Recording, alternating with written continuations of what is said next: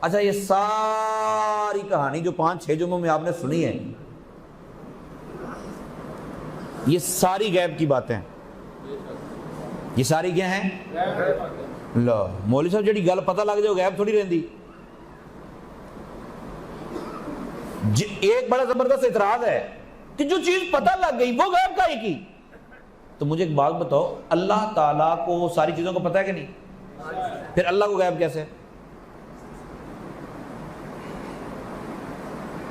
نہیں وہ تو اللہ ہے بھائی، اللہ۔ بات تو یہ ہو رہی ہے کہ جس چیز کا پتہ لگ جائے وہ غیب نہیں رہتی۔